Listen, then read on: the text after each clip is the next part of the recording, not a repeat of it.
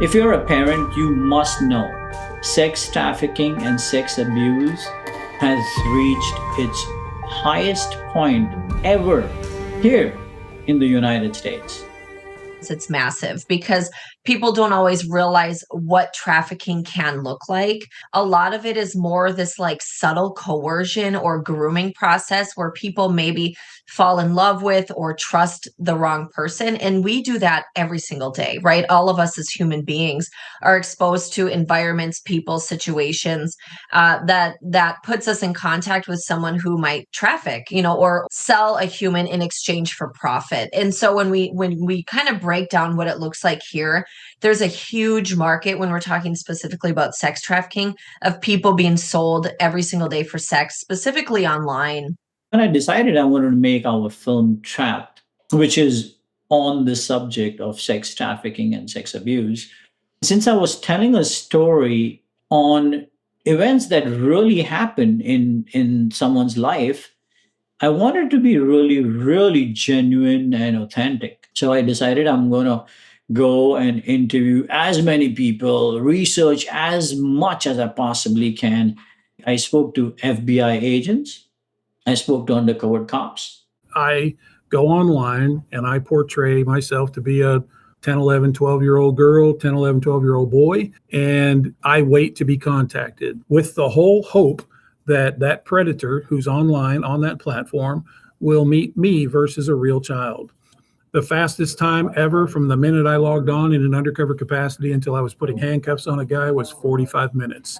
And the longest I've gone is 18 months. I talked to an individual for 18 months before able to put handcuffs on him. I spoke to girls who were trafficked. My son had passed away 2 years earlier, so I thought that I was kind of a useless woman. The things he was saying was like, you go out and you don't know that people look at you all day. You're so beautiful.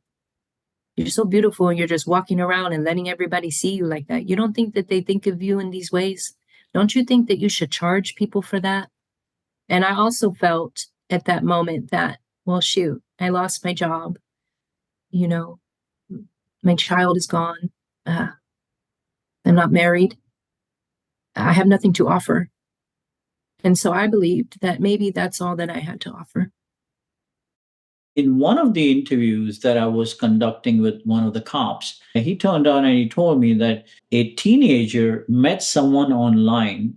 And after 6 months, the person that our teenager met asked for nudes. Our teenager here is thinking, I made a friend. What's wrong in sending some nudes? And when our teenager did send the nudes, they changed immediately. This person wasn't the person they were saying they were, but in fact were sex traffickers. They started demanding money. If you don't give us money, we are going to take your images that you send to us and put it online. We're going to send it to all your friends on your social media. We're going to send it to your parents. We're going to put it all over. Now, mind you, this is a teenager in school. And our teenager got so paranoid and so stressed.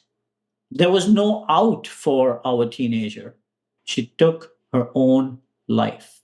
Just imagine a 15-year-old takes her own life because the sex trafficker online gave a bunch of bullshit and said, I'm your friend, groomed the teenager for over 6 months, and also made them believe that they're the same age. When will I get to meet your boyfriend? It's not my boyfriend. Yet. What do you mean? I met him online like 10 months ago, and I really like him. He's really smart. And I haven't met him yet, but we will soon. I spoke to everyone and anyone who could give me more information about this. And here are some of the tips that they've given us. And I like to share this with parents.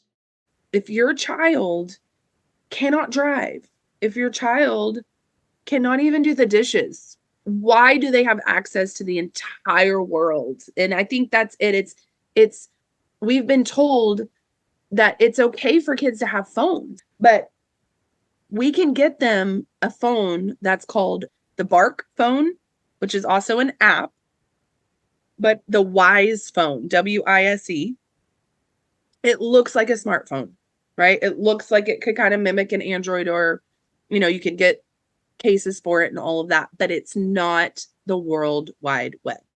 It's learning it from parents. If this is a conversation you're having in the home, if you provide those resources to your kids.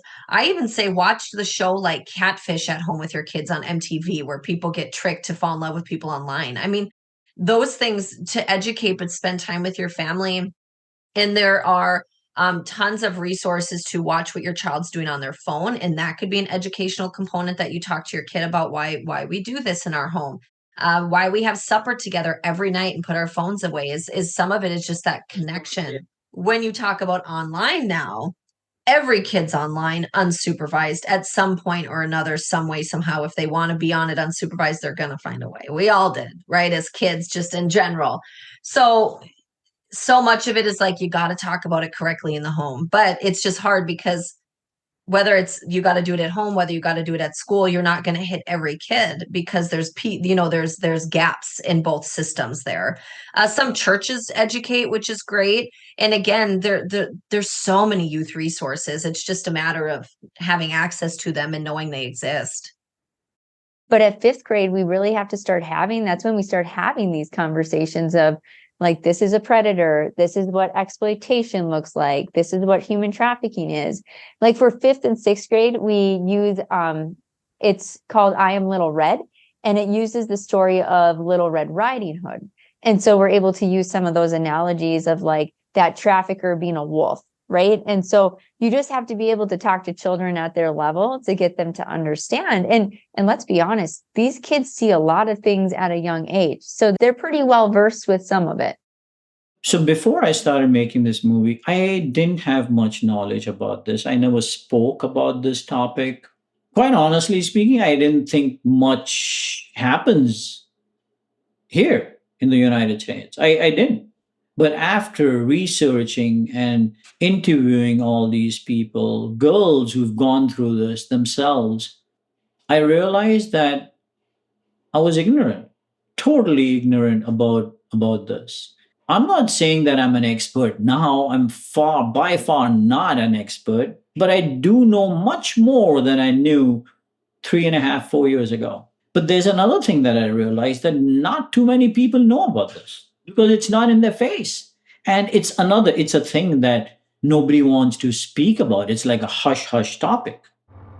And my mom, she's just out late working every night, and none of my friends are here. I just don't know why we moved here. I'm sure your mom is trying to figure things out. I'm gonna talk to your mom about it. Please don't. My reasoning behind creating Trap is so we can raise awareness. And I believe if we raise awareness, we will be able to slow this crime at the rate it's going. We'll be able to slow it down. I believe if we all know about this, the more we know, the less this crime is going to get. Because it is a crime that happens for the most part under the covers. These people are heartless. And our teenagers and our kids believe in them because they make them feel like they are their best friends. But they groom our kids to traffic them. If it's not a physical traffic, like selling a teenager physically, what they do is they will sell the images.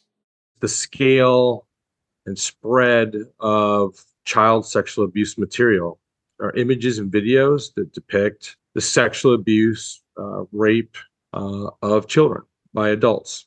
Since September of 2002, the National Center for Missing and Exploited Children receives this type of material and material that's related to it from both internet service providers, social media companies, but also law enforcement who are seizing this data from offenders From September 2002 to just last week, they've received over 114 million Oh my God. images and videos related to child sexual abuse material. Children who are going to school, who are leading a normal life, they meet somebody online, they think they are their friend. The friend grooms them for 6, 8 months. They send them images. Blackmail starts. Some kids are lucky that they have parents that they can speak with. But the case that I spoke to you earlier, that child for some reason didn't know where to go. And that child killed herself. That is not right. Let's just talk about this, people. Let's just talk. The more we talk, the better it's going to get. Thank you.